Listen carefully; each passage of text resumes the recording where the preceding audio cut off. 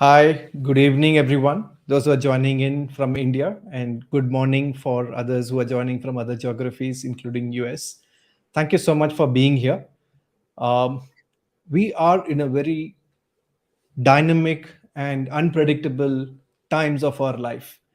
And I was just reading about the new acronym which is going around.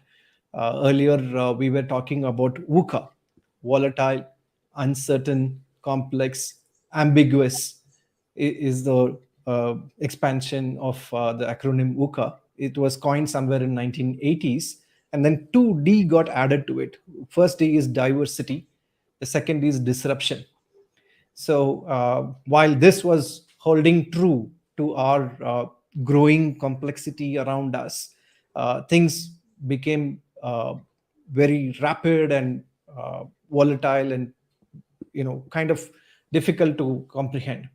Now, after pandemic, uh, things have started crumbling, and then there's a new acronym which is going around. It's called BANI, BANI. Bani in B stands for brittle. The entire structures that we thought are strong are having weak breaking points. The supply chain is breaking because of various events, whether it is the war, whether it is a pandemic, or mishandled country's economy, and so on. It's all over us, around us, for us to see. For example, Sri Lanka's economy, it so depends on tourism, and became to a point of breaking point just on that front. The second letter in the acronym BANI, A, stands for anxious, not knowing what would happen, that helpless situation that drives many people really crazy. It's not about not having options, but having too many bad options to choose from. That's the anxious part. And this happens not only at a country level or a global level, but also at an organizational level and at a leader level. So that's why we are talking about this today. The third letter stands for non-linear. There is no cause effect or cause and consequence correlation happening for any event these days. Because, for example, climate change, what we did many years ago is just compounding. And even if we stop damaging the environment, it's not going to help us. The kind of effect that ill effects that we are going to experience is going to be there for decades till we can reverse it back. So this is not a linear progression. Similarly, in organizations, things are happening in a non-linear fashion.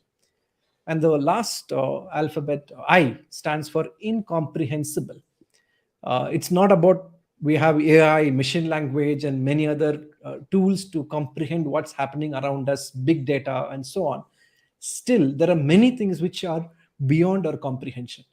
For example, Jameh, who is the proponent of Bani framework, in his article on medium.com, you will find him talk about how Bani is the new way to define complexity around us, which is beyond our consciousness. And incomprehensible, he gives an example. Anyone who has done coding, IT coding and computer coding, would realize that if you remove a set of non-value adding codes from the code, the program would not run. But when you put it back, the program will run smooth. uh, I mean, this is just an example that he shares, and I connect with that. There are few things which are not in our conscious awareness, why things happen the way things happen to us. Whether it is human behavior or it's a team behavior, it's beyond comprehension. For example, yeah, COVID is in control, leaders are asking people to come back to office, return to office, but not many are willing to come. And there are lots of research going around which generation is open to come, why they are coming, the bookend generation, and so on. So Bani is a way forward for us to understand what's happening around us. Now let's talk about leader development and leadership development. That's where I would like to introduce our guest today. Ryan Gottfredson. He is not a stranger to us. He has been with us earlier. Hi, Ryan. Welcome. Thanks for having me. It's great to be here.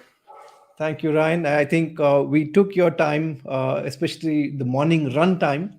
It's around 6:30 a.m. at your place, right? Yep, in Southern California. We're not quite sunny yet, but hopefully we'll get there. So thank you so much for making time for us. And I know the kind of research that you do, the books that you're coming out with, and the work that you with corporates and leaders is invaluable. And I have had many conversations with you where I can relate with the kind of work that you do. And in a previous session, we spoke about mindset and we spoke about your book, Success Mindset. In today's session, we are going to talk about the elevated leader, a new book which is coming up. Can you tell us a bit about your book? Yeah, would love to. The Elevated Leader is the main title. The subtitle is Level Up Your Leadership Through Vertical Development. Here's something that I am aware of is I think that everybody wants vertical development, but not many people know what it is or how to do it. So just in a nutshell, what vertical development is we need to understand that there's two different types of development. There's two different ways that we can improve ourselves.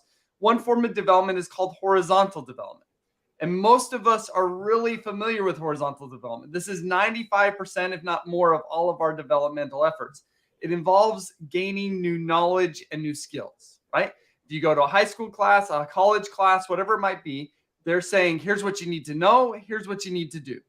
And this is helpful, but it has a severe limitation. And this is when we could bring Bonnie back up, is because new knowledge and new skills doesn't help us with brittleness, anxiety, having to navigate nonlinear growth or changes, and then understanding these incomprehensible aspects about ourselves. If we want that, we need vertical development. So to just give an analogy, horizontal development is like adding an app onto an iPad. It broadens that iPad's functionality. Vertical development is all about upgrading the iPad and its internal operating system. And so when we engage in vertical development, we're upgrading our own internal operating system so that we can better navigate VUCA or Bonnie or whatever it is we want to call it. Absolutely. And you also spoke about two kinds of development, horizontal and vertical. One metaphor that you spoke about is adding more apps or upgrading your operating system. There's one more metaphor which really appealed to me, is about having a glass of water and you keep pouring water to the capacity, to the brim. And now if you have to do better, you got to increase the capacity of the glass itself, right? The container. So for a leader to improve or increase the capacity, what are the things that one could do? For a horizontal development, I understand, you go to a skill development training program in a classroom, and you get all your armors up and all the tools in your toolbox. But for increasing the capacity in a vertical development situation, what all a leader could do? Well, let me, I do want to answer that question, but let me provide just even a little bit more context to that. And I'm glad you brought up Sure. that example. And particularly as we talked about Bonnie, and one of the words that stood out to me was that anxiety factor. So one of the things that we've learned is that just as we could, if we have a room full of 100 people, we could stack people up from shortest to tallest in terms of our height, right?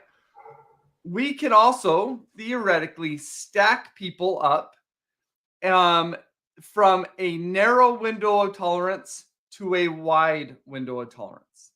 And that is going to be symbolic of people's vertical altitude. In other words, we could stack people up from least vertically developed to most vertically developed. And so in order for us to help people vertically develop, ultimately what we are doing is we are helping them widen their window of tolerance for things like change, pressure, uncertainty, and complexity. And when we have a wider window of tolerance, our body's nervous system is less prone to kind of freak out when bad things happen.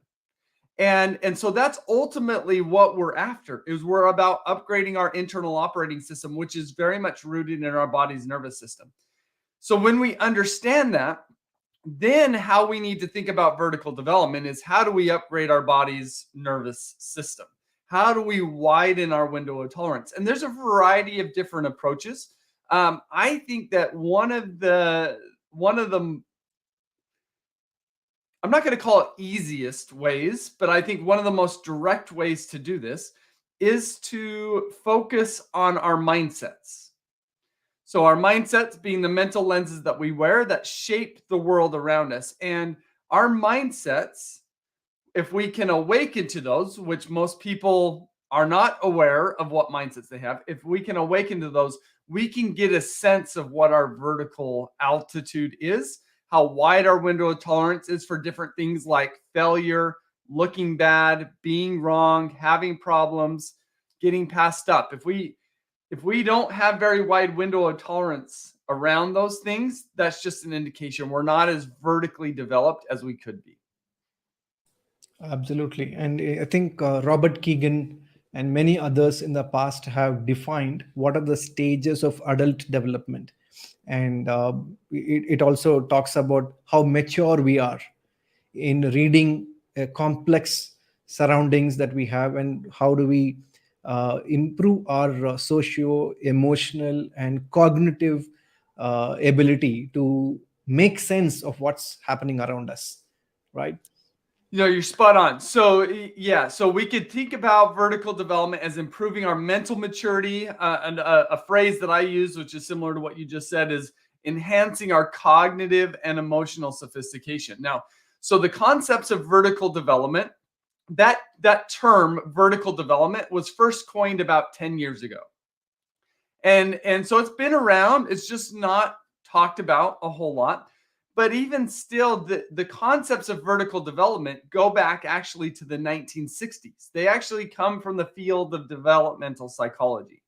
So what developmental psychologists have found is that they've primarily focused on child development.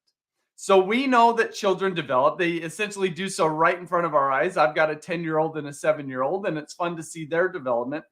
But what they find with child development is that children, they go through different developmental stages during their childhood, from infancy to adult. And they do so rather automatically, right? It's almost a function of age.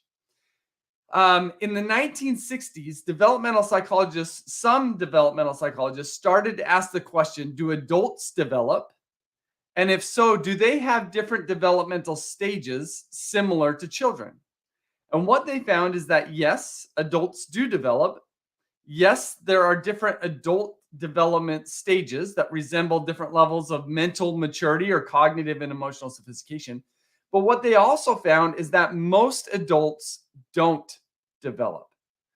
That as adults, Wow. our development is no longer a function of age, it now becomes a function of effort. And so what they've identified is what you're alluding to, is that there are 3 different developmental stages that we can go through during adulthood. And when we understand, and these resemble kind of our vertical altitude, and when we understand what these stages are, we could then start to get a sense of what is my vertical altitude here. So does that make sense? And should we jump into chatting about those stages? Absolutely, absolutely. And also, I'm reminded of a few other aspects of vertical development. One is, yes, absolutely, there are stages in which we to go through development. Uh, Center for Creative Leadership. When I was going through the material that they have put out, there's so much of information, research that they have done globally to study leaders on what stage of development they are in and how it is affecting their effectiveness as a leader, both leader development and leadership development. As we spoke earlier, leader development is the individual leader developing his or her mindset and jump to the next level. It's almost like disrupting themselves, right? When as a HR or a leadership development, a person who is responsible for leadership development in the organization, uh, he or she need to think about how to do it collectively, not just at the top, but every level, right? So that's where many people have approached this, not just in classroom, but also by giving them action learning projects, one-on-one coaching, group coaching, mentoring, field visits, finding out what is a good practice out there in the market, even if it is by the competition. So all of these would elevate their thinking and the mindset. So leadership development not necessarily in the classroom, and eh, whatever research I've done, it says that both horizontal and vertical development are required for both leader and leadership development. It's not like one over the other. And second insight I got while doing research for this program, Ryan, is a leader requires all the stages. We cannot glorify one stage as a superior stage or the other. It's the situation that they are in that demands a response from that particular stage. So this is another thing I came about. It's not about just the stage. We keep progressing depending on what environment calls for. We may have to toggle between the stages for the outcome that is suitable for the organization at that point in time. A sales function, for example, could be more I, me, myself in the presence of a competition, not necessarily think about interdependence or contributing to society and so on. So this is another thing that came about. What are your thoughts on this, Ryan? I think I liked everything you said. I'm going to push back against one idea, and Sure. that's this last point that you said, which is, I would agree that people can move across stages. Their ability to move across stages is partly functioned by their altitude to begin with. But here's, I guess, here's what I've learned is that it is always best to operate from the highest level. But as if we could, I'm going to kind of give us a mental picture, and hopefully this will work. When we are at the lower stages, it's kind of like we have one hat and we always wear the same hat. As we vertically develop, what ends up happening is we end up gaining new hats. And so as I go from level 1 to level 2, maybe I go from one hat to two hats. Or we could say one hat to 10 hats. And then as I go from level 2 to level 3, I go from 10 hats to 100 hats. And that what we're doing is we're enhancing our dynamism as we go up. And so that means is that we have a greater selection of hats that we can wear for the situations that we encounter, and we have greater ability to take off a hat and put on a new hat. And that's where I think we could still operate at that level. We just are more dynamic. We could put on different hats at different times. Does that make sense or help? Absolutely. In fact, one of the things that it really struck a chord with me is for a leader to grow from one level to the next, he or she needs to have a sparring partner. Like what you said, I would like to push back on that second point, last point. Yes, absolutely. Unless until there is a contrary point of view, or there is a different viewpoint, a leader finds it difficult to grow into the next level. Yeah. Well, and I think this will help come to life more if we maybe just describe each of those Yes, stages. Is that okay if we absolutely. do that? Please do. All right. So let's start at this bottom level. I call it, there's a couple labels I use. I call it Mind 1.0, and I'll call all three levels Mind 1.0, Mind 2.0, and Mind 3.0. The reason why I use those labels is because at each level, it's representing that our body is operating with a different internal operating system. Literally, our body is wired to fulfill different needs. So at that bottom level, this is Mind 1.0. I'll also call it we're good soldiers here because our body is programmed to fulfill the needs of comfort, safety, and belonging. And we fear being unsafe, uncomfortable, and not belonging. And when we're here, we are generally what we would call dependent thinkers. We want to join and identify with groups or tribes that help us fulfill our needs and quell our fears. And we kind of say, I don't want to take charge here, but I want you to tell me what to do, and I will gladly do it, provided that you keep me safe, comfortable, and belong, and feeling like I belong. So that's that mind 1.0 level. Again, we're here we're dependent thinkers, we're good soldiers. So people who operate here generally aren't bad people, they're really good people. They just operate at a lower level of cognitive and emotional sophistication. The next level up, and you're going to see a huge shift in the needs that our body becomes wired to fulfill. At this level, our needs are to stand out, advance, and get ahead. And in fact, we're willing to be unsafe, uncomfortable, and not belong in order to advance, stand out, and get ahead.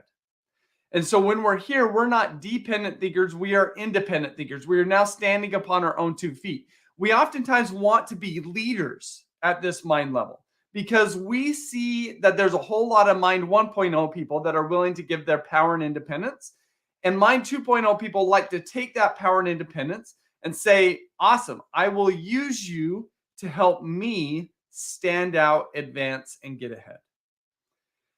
And what we find is statistics wise is 65% of all adults operate at mind 1.0. 35% of adults operate in mind 2.0. But when we look at just executives, 7% of executives operate at mind 1.0 and 85% of executives operate in mind 2.0. They're wired, bodies are naturally wired to stand out, advance, and get ahead. So those are the first 2 levels, mind 1.0 and mind 2.0. Mind 3.0, so you're going to see, again, a big shift in the needs our bodies are wired to fulfill. And this third level is our bodies are wired for to contribute, to add value, and lift others. In fact, if we think about mind 1.0 is really about standing in, mind 2.0 is really about standing out, and mind 3.0 is I don't care to stand in and I don't care to stand out. I just want to contribute, add value, and lift others. And when we're here, we're not dependent thinkers. We're not independent thinkers. We are interdependent thinkers. We can now sit through this complexity. And this is where we go from kind of 1 hat to 10 hats to 100 hats. We've got this interdependency. We're focused more on the long term. And the big distinction here is that when we operate below the mind 3.0 level, our primary focus is on ourselves. I want to stand in or I want to stand out. When we're up above that third level, it's I want to contribute, I want to add value, and I want to lift others. So this is why I say, Bhaskar, I don't think it's great to kind of jump down. I think we should always be, I mean, it's easier said than done, but we should strive to always be in that outward mode, this contribution mode. But we can operate differently depending on different contexts, but still have that same outward focus. And I think when we look at the really great transformational leaders, that's where they operate from. They operate from this mind 3.0 level. And so only 1% of all adults operate primarily from that level, and 8% of executives. That's really, really a small percentage, Ryan. And every day is a learning journey. In your thanks to you, you shared the draft copy of your upcoming book. It's so wonderful to read. So many examples you've given, even extreme examples like a scuba diver who challenged himself to increase his capacity. So would you talk about that example, please? Well, yes. So, and this is the surfer. Am I thinking of the right one? Okay. That's right, surfer. Yes. So, I was sitting in an audience at a conference, and one of the keynote speakers was a big wave surfer, and he told one of the most incredible stories about his journey. He kind of had a surfing accident, almost lost his leg, and came back, and with a leg that isn't fully functioning, he started to do big wave surfing again. So, anyways, this is the context. And in the journey, he told a little bit about what he does to prepare to take on these big waves. So these are waves that are 50 plus feet, that he likes to ride. So he said, in order to train, what he's got to do is he's got to train his body's nervous system so that if he ever wipes out, he doesn't freak out and wig out in those situations. Because if he does, he's going to die. Yeah. So he needs to train his body that under the most extreme circumstances underwater to not freak out. So what he does is he hires a scuba diver to go with him. They go to a scuba diving pool, which is usually really deep, and he will swim to the bottom, and the scuba diver, it's his job to try to wrestle him and keep him at the bottom for as My long as God. possible, and it's his job to fight and get away. And he doesn't have a tank like the scuba divers do. And he says he does it, and there's times where he blacks out. Oh Like my. it's just, I mean, he's just saying it is extreme, but he's like, I have to do it so that when I get taken out by a big wave, I can handle that pressure. And it was just such a remarkable story. I mean, it sounds crazy, but the reality is that when we think about leaders, we are swimming in deep waters with big waves. And we've got to ask ourselves, to what degree are we preparing our body to navigate that situation? I mean, what we've seen is with the COVID pandemic is it's just a huge wave has crashed over us, right? The complexity of our world has skyrocketed. And what we got to ask ourselves is, has our ability to navigate complexity kept up with that? And I haven't seen it. So when I work with organizations, I see that their complexity is here and their leaders are here. They're operating at a leadership deficit.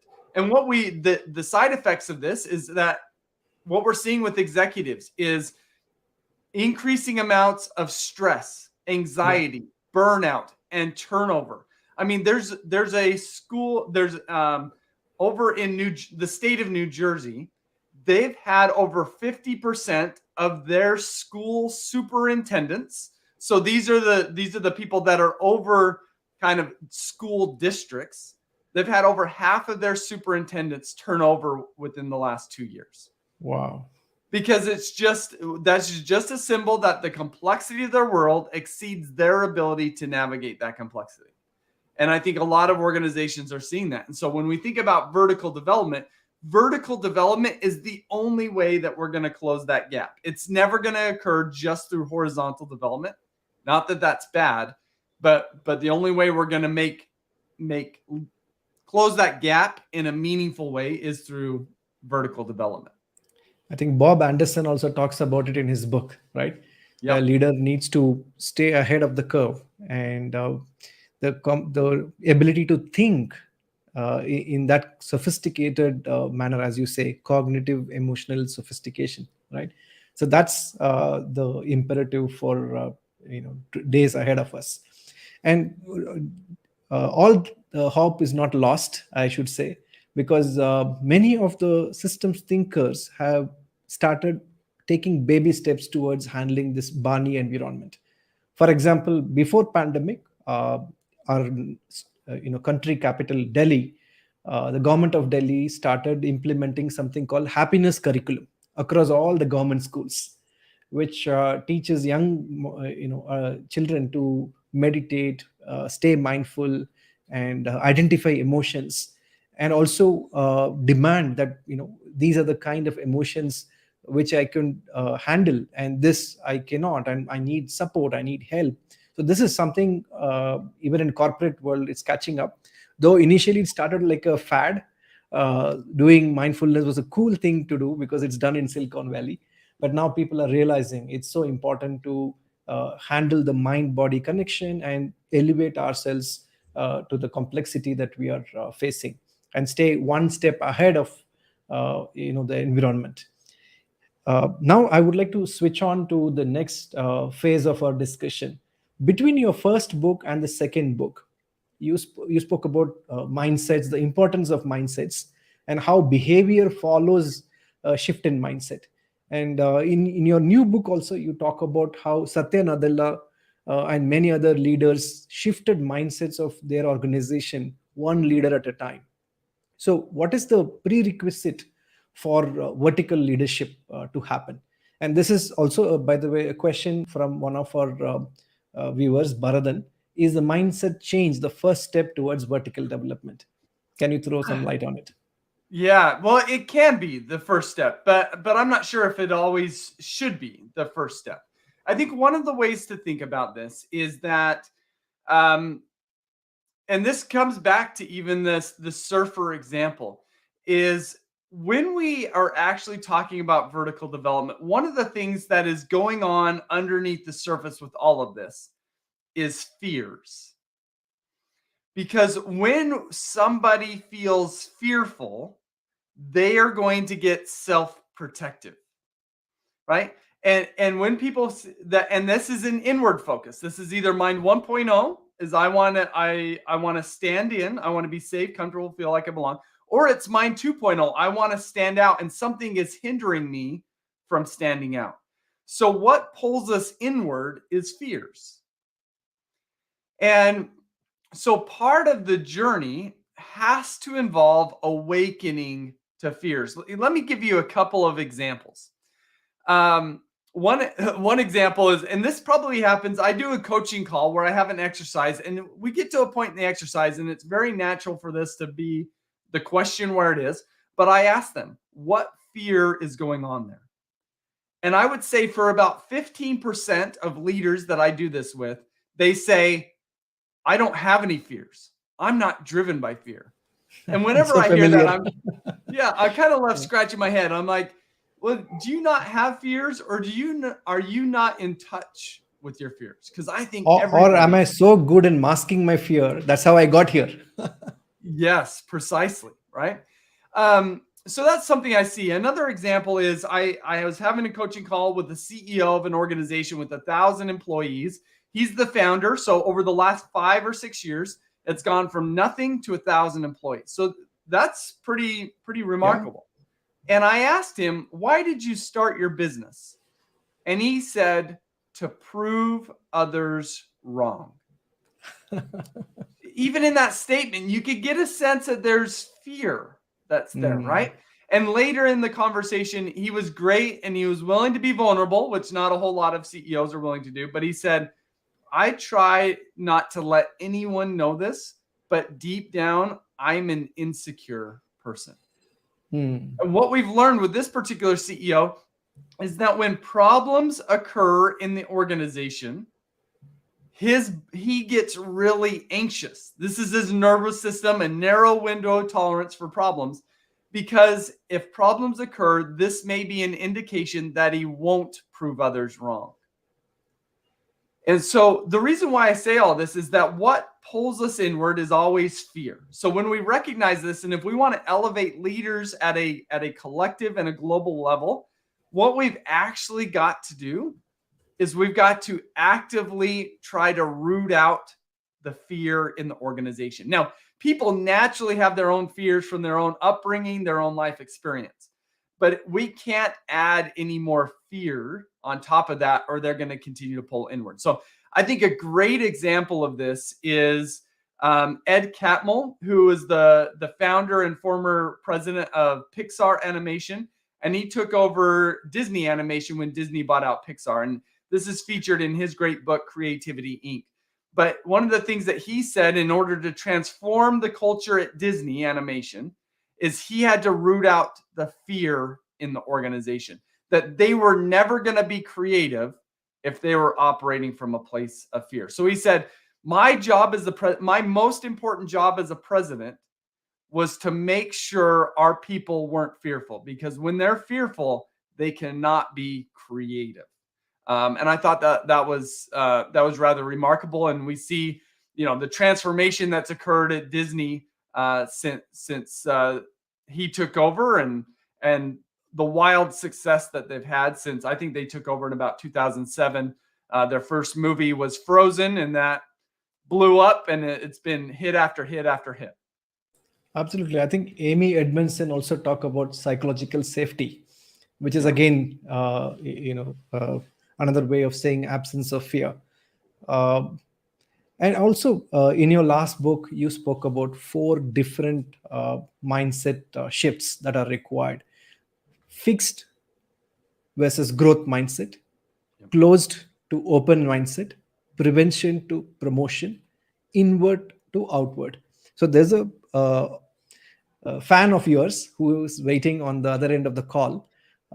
His name is Baradan. He has a question on this. I'll just quickly call him and put you in touch with him. Just hold on a sec.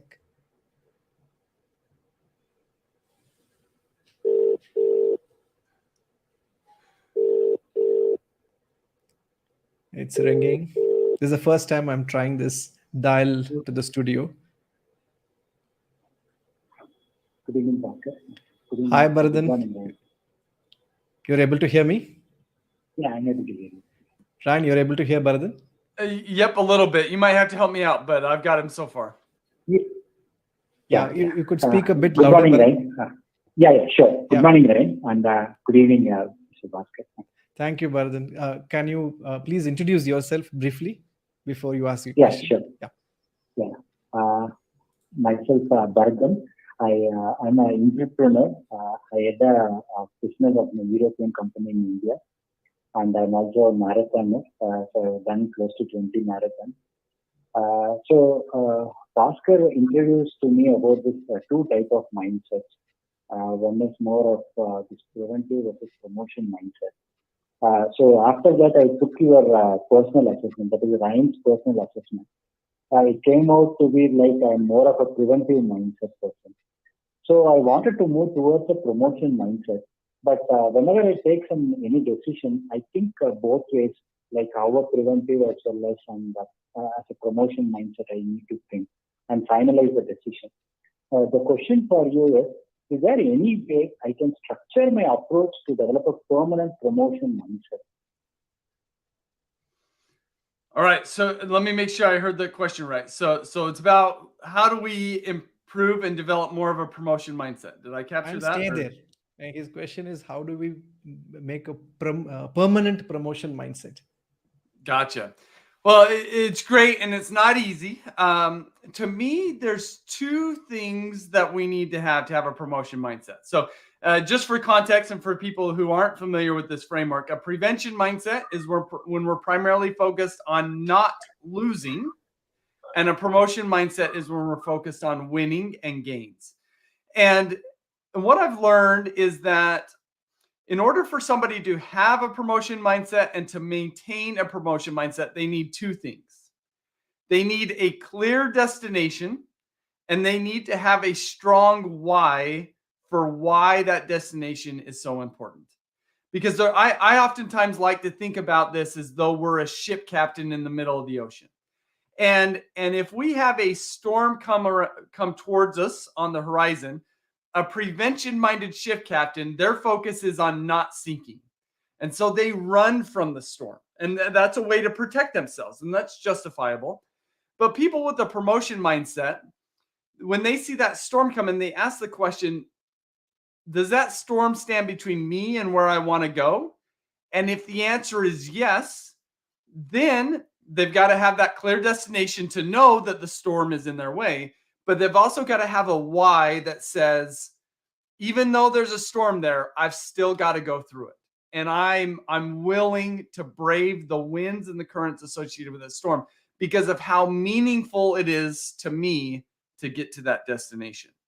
And there's a great Harvard Business Review article. It's called From Purpose to Impact. And what they found is that less than 20% of leaders have a clear why or purpose for why they do what they do. And in fact, the research that I found as we talk about the different mind levels, the leaders in that Mind 2.0 level, which is 85% of all executives, their primary why is some form of a goal or an outcome. It's only those in that Mind 3.0 level that have a purpose that is bigger than that. And so I think having that clear destination and a strong why, and that why has got to be something hopefully external to ourselves, because that would be more of that Mind 3.0 mentality. So does that help? Baradan? Yeah. Thank you, Baradan. Thank you. Look Thank you, forward to Ryan. connect Thank with you, you again soon. Sure. Thank you. So there's the next question, Ryan. This is from Deepak Soni. How elastic the vertical development is? Is it possible that once you move from Mind 1.0 to Mind 3.0, you stay there forever, or may drop back to level 1? Yeah, so I think that there's two ways that we could think about this. And naturally, when we talk about these mind levels, we're naturally allows us to ask a question that most people never ask. And that question is, what is my vertical altitude? And I think that that's a really powerful question, but I would also say it's not the best question we can ask. Because I don't know about you, Bhaskar, but as I describe the mind levels, in a way, I could see all three mind levels within myself, right? So I think another question to ask Absolutely, ourselves, yes.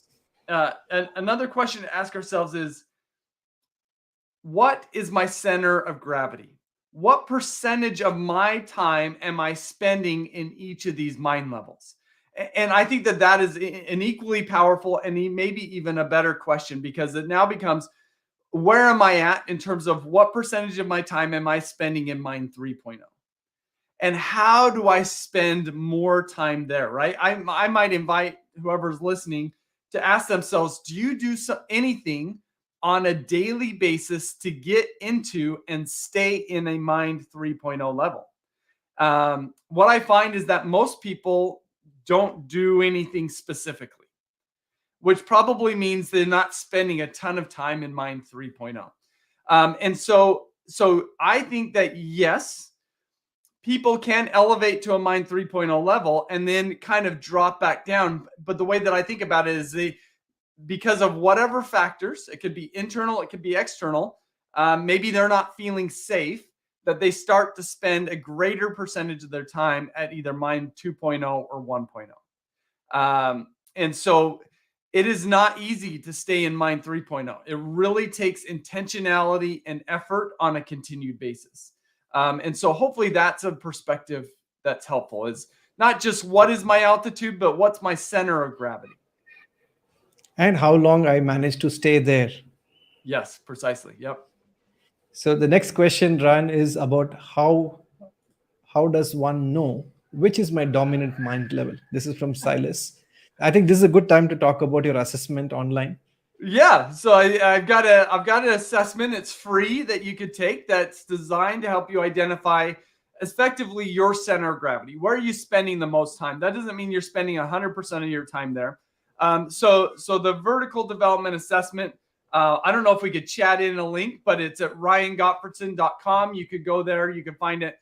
The subtitle of that is, so ryangottfredson.com/vertical-development-assessment. And you could go there. It's a 15-question assessment. Will take you about 10 minutes. And it's designed to kind of help you to see likely where is your center of gravity. Yep. And for those who have already taken, I can speak for all of you. I was very, very impressed the way it is designed, Ryan. Just 15 questions. It's not a simple survey monkey or any other Google form kind of a survey. It has a 3-dimension view to it, where you have to apply your mind before answering each of these questions. And could you talk about how did you hit upon this method of assessment? It's not just a simple 5-point scale or a 7-point scale. You have done a fantastic job of designing this. Well, thank you. Well, and I hadn't seen it anywhere else. So I'm not saying I invented it, but I hadn't seen it anywhere else. So I'm sure it's out there. But I have my mindset assessment. I've had 30,000 people take this mindset assessment, and that's also on my website. And what I do with that assessment is, here are 2 statements, and you say which one are you most similar to, and you indicate somewhere along that continuum. And that's good. I think it works really well for the mindset assessment. Vertical development is we're tapping into 3 mind levels now, right? And so what I tried and what I've realized is that it's not uncommon for somebody to feel like, okay, if we've got multiple options, I'm kind of a little bit of 2, or maybe I feel like I'm all 3 of these. And so in the assessment, you'll see a triangle. There's kind of 3 statements. And you could be one of those statements, or you could be some combination of those. It's just whatever fits. And what we're trying to do with the assessment is tap into just the quality of our internal operating system. And it's just by having more dynamism, if you will, it allows us, I think, to do a better job of tapping into that. Absolutely. The operating system, internal operating system. Yes. So we have the next caller. His name is Nitish Kumar. I'll just dial him right away.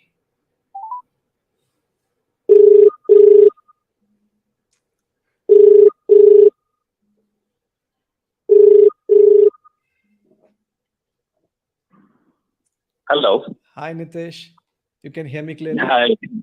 Yeah, yes, sir. Good evening. Yeah. Welcome to the show. We have Ryan here with us. And Good morning, Ryan. Hi, Nitish. Nitish, please briefly introduce yourself, where you work and Yeah. what you do. Yeah. My name is Nitish Kumar. I work with Bharat Petroleum Corporation Limited, oil and gas sector PSU in India. And I'm working there as a mechanical engineer, but I am quite interested in HR. So I often try to look for opportunities where I can learn about leadership and all. Wow. Fantastic. So Yeah, what is your that's kind of question? a sin. If an engineer learning about HR, I don't know. Is that going to fly? Vertical development he's demonstrating here, Ryan. No, this is great. I love it. Yes, Nitish. What Yeah, is your so- question for Ryan, please? So, Ryan, this is a new concept which I've learned about vertical development. I was not aware of it earlier. So what I understand is it is about expanding one's own mindset and changing the way in which one thinks or behaves. So if we look at it from an organization's point of view, like there is horizontal development where we look for upskilling and gaining knowledge. That is from the context of what business I am in. But when we look at the vertical development, how much the business process is relevant and how much we should be aligned with the process or business we are in while looking for vertical development. Yeah, if I may just paraphrase what I understood, is it only behavioral or domain expertise also involved in vertical development? Yeah, very true. Yeah. Thank you, Nitish. Ryan, over to you. Yeah, great question. So it isn't necessarily domain specific. I think one of the ways to help you to maybe think about this is vertical development is about changing how we make meaning of the world around us. So I want to give you a couple of examples. Bhaskar and Nitish, you're welcome to kind of chime in on this. Is how would you say most people respond to constructive criticism? Go ahead, Nitish.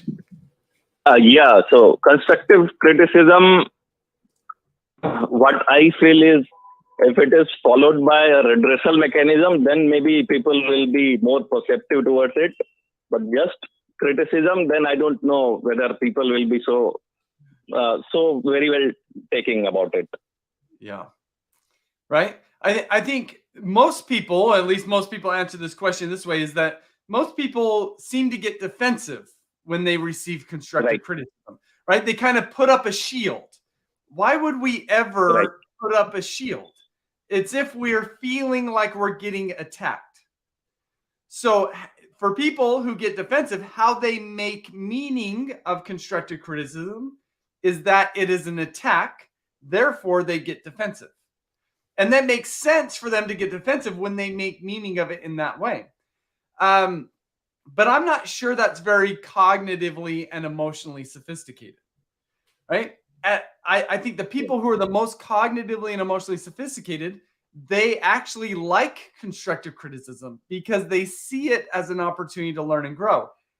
And it's not easy to get there because we have to be in this mental space where we are good with being told that we are bad. And it's just not easy to get there. But that is vertically developed. We're enhancing how cognitively and emotionally sophisticated we make meaning of our world. And so a lot of times what I've seen with the engineering or manufacturing organizations that I work with is they have mindsets where they make meaning of failure as an indication that they are a failure.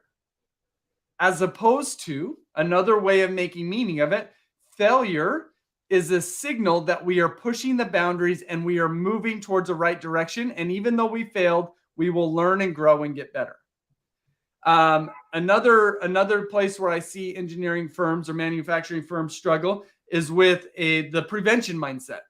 They make meaning of problems as an indication that they are falling behind or this is an inconvenience, as opposed to, again, recognizing problems may be an indication that we are pushing the boundary and we are actually headed in the right direction. And so I think one of the things that you can ask yourself as you think about the culture in your organization is, how do we make meaning of failure? Because that will give us an indication how willing we are to embrace it and to try new things, be more creative and be more agile. And the same thing goes with, how do we make meaning of problems? Do we freak out when problems occur? Or do we actually just, how fascinating? Yeah. Right? And depending upon our reaction, how we make meaning is then that will then shape the entire culture of the organization. Absolutely.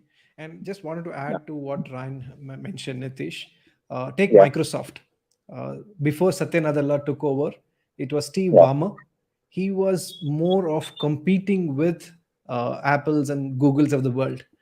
And there were a lot of press coverage about, if an employee is carrying an Apple phone in a Microsoft board meeting or a employee gathering, he would freak out. So similarly, many other leaders of his time, they all saw competition as someone who need to be avoided or who need to be beaten, right? Whereas when Satya Nadella took over, he also had the same domain knowledge. He believed in cloud, right? And he took decisions based on his cognitive ability. However, I think what made the difference is his push towards growth mindset, a shift from know it all to learn it all, a big culture shift that he brought about. You open any media coverage or YouTube, any of these places, they all talk about the single focus shift that he brought in the culture of Microsoft. Right now, we all know, work closely with all the competitors of the previous decade, and they are so intertwined. We don't know whether they're competitors or collaborators. Similarly, in Android phone market, Samsung is collaborating with all the competition. Like, it's not just the domain or the behavioral. I think Mind 3.0, as Ryan puts it, it's about how do we contribute, how do we add value, how do we lift others. So to just end this conversation on a note where Satya Nadella talks about, he says, what is the employee value proposition? If you want to look good, if you want to look cool, join elsewhere. If you want to make others look cool, join Microsoft. So I really like that kind of a proposition that he says, right? So that's exactly what Mind 3.0 is. If you want to be a hero and want to be a achiever, you go elsewhere. If you want to lift others, if you want to make others look cool, we are open. So it's never about domain or behavior. It's about a combination of both. I think Both. along with Satya Nadella, many other people, leaders were talking about cloud at that point in time. Not all of them made it big and Yeah. disrupted the entire space. Yeah. Does it help, Nitish? Yeah, sure. It was a great insight listening to you both. Thank Thank you. dear. Thank you so much. Thank you for joining us. Yeah, thanks for calling in. So, Ryan, there's one more question. This is from Abhishek. How do you train your mind to graduate from mind 1.0 to mind 3.0? This is a $1 million question. Your book is not yet out. Not yet, right? The first step is always awareness for me. Is just becoming aware of where we're at, aware of the mindsets that we have. And when we become aware, we get a clear sense of, okay, where I'm at. We also get a clear sense of where I need to go.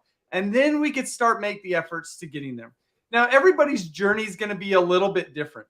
And I think for many people, it's just as simple as awakening to our mindsets and shifting our mindsets. But I will say, and part of this comes from my own personal experience, sometimes for some people, that's not going to be enough. And here's what I've learned.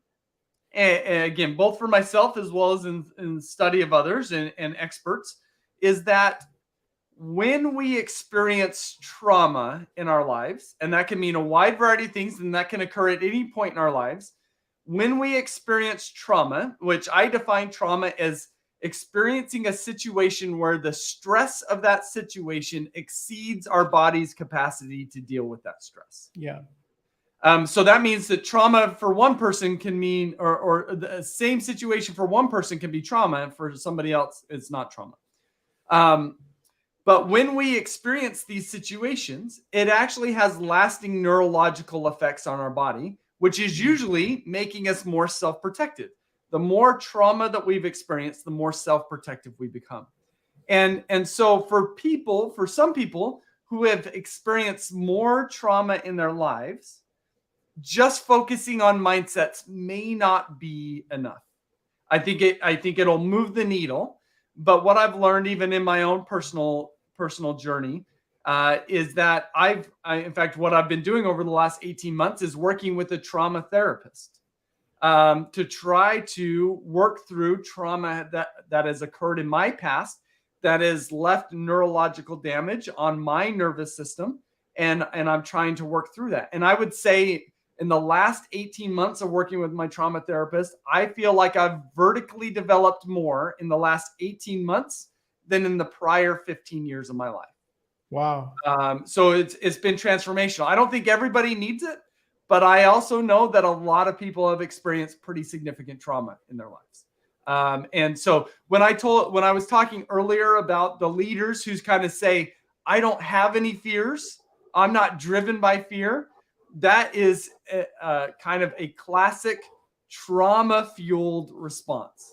Something has gone on that has made them really self-protective. And so when I hear that answer, I just immediately know mindsets will help them, but they're ultimately going to need something deeper than that. Just doing mindset work on their own, it will help, but it's not going to solve all of their issues. They're going to need some deeper work there.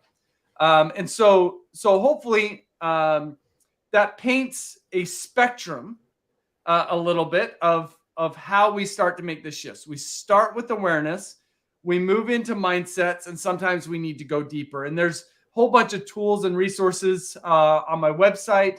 We're continuing developing those. We've got the launch of the book coming out in about 6 weeks. So more and more, we're getting clearer and clearer on what we need to do. And then I'm working my hardest to develop more and more tools and perspectives to help people. So I appreciate the opportunity, Bhaskar, to come in and talk a little bit about it. Absolutely, Ryan. And Abhishek and others who are watching this, please subscribe to Ryan's newsletter. It's a treasure trove. It comes very frequently. Also, a lot of blog entries of Ryan in his blog site. You can read it up at leisure. So much of wisdom. You have generously shared it, Ryan. It's fantastic. Well, thank you. Yeah, happy to connect with anybody on my website. Also happy to connect with anybody on LinkedIn. That's probably the social media platform I'm the most active. So Yeah. it's just an honor There's to be. one more question, Ryan. Do we have time for that? Yeah, let's do it. Yeah, this is from Mr. Rakesh. There's so much out there. I'm just going to summarize it for you. When we talk about increasing the capacity of the glass or the container, is it more of a hardware issue, or how are we going to do that, and how long will it take? Yeah, good question. And I think we talked about upgrading our internal operating system. In some ways, that suggests software, and I think hardware, software. I think we could use either analogy, but I do think that there's an element of what we are really trying to tap into is as we've talked about, our body's nervous system and how we are currently wired and programmed, right? And here's what I've seen is that just becoming aware of our mind level and our mindsets immediately leads to significant shifts. For at least for the people that are willing to even be open to it, right? And that's what I've found in organizations. So I'll have organizations take my mindset assessment and vertical development assessment at time 1, and 6 months later we'll have them take it again. And even with pretty minimal interaction between those two time periods, just by becoming aware, I've seen 30% swings in mindsets. Wow. Right? So that means that an organization goes from like 60% fixed mindset down to 30% fixed mindset. Or sorry, 60%, they'll drop down to, let's say, 45%. And then with their growth mindset is going up 15. So they're going from 40 to 55. So that's a 30% swing in mindsets just by becoming aware. I mean, that alone could create some massive shifts. Now, I'm of the belief that vertical development is a lifelong journey. I don't think we will ever be done vertically developing. Absolutely. But I do think that it is, if we put in the effort, it's not going to take us until we're 80 years old to be spending a significant amount of time in Mind 3.0.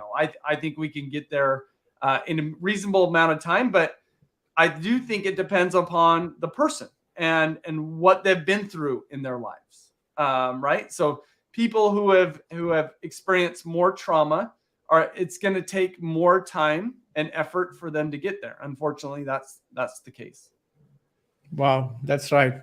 And also, I'm just reminded of the concept of finite game versus infinite game. Yeah, the paradigm is changing, right? It's no more one opponent or game is over. It always takes us to the next level once we complete the first one. yeah. So there's one last caller, Ryan. Do we have time? Yeah, let's do it. Okay, great. So his name is Ranjit.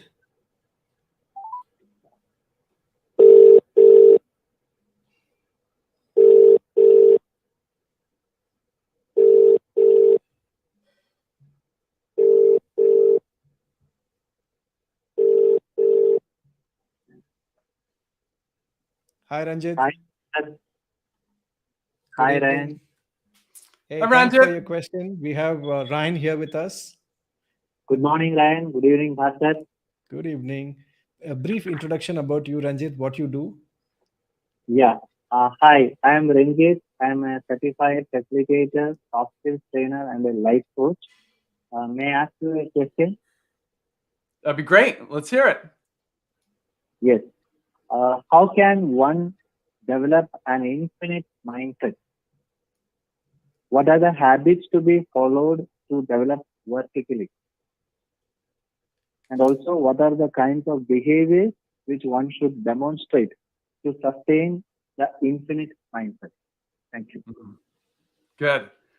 I love it. And so we're talking about infinite and finite mindsets, which you brought up, Bhaskar, in this question. And so just context for other people, these ideas weren't originated by Simon Sinek, but they were popularized by Simon Sinek in his book, The Infinite Game, which is a fantastic book, which the idea is in a finite game, we play to win.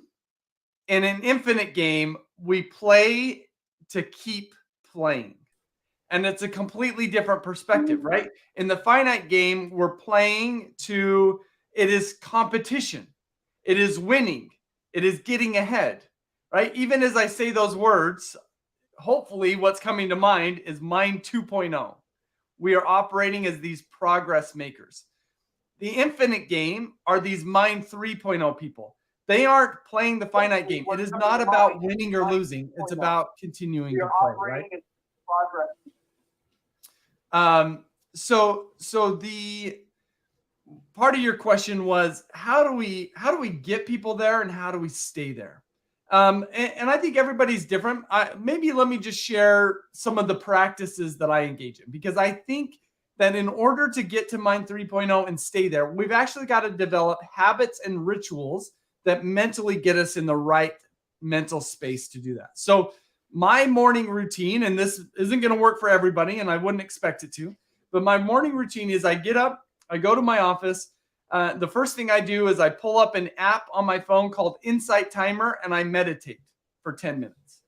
The next thing that I do is I go to my email and I look for a specific email that comes from, it's called Notes from the Universe. You could go to tut.com and sign up for these, but I get a note from the universe, which is just an abundant message that to me is a great start to my day.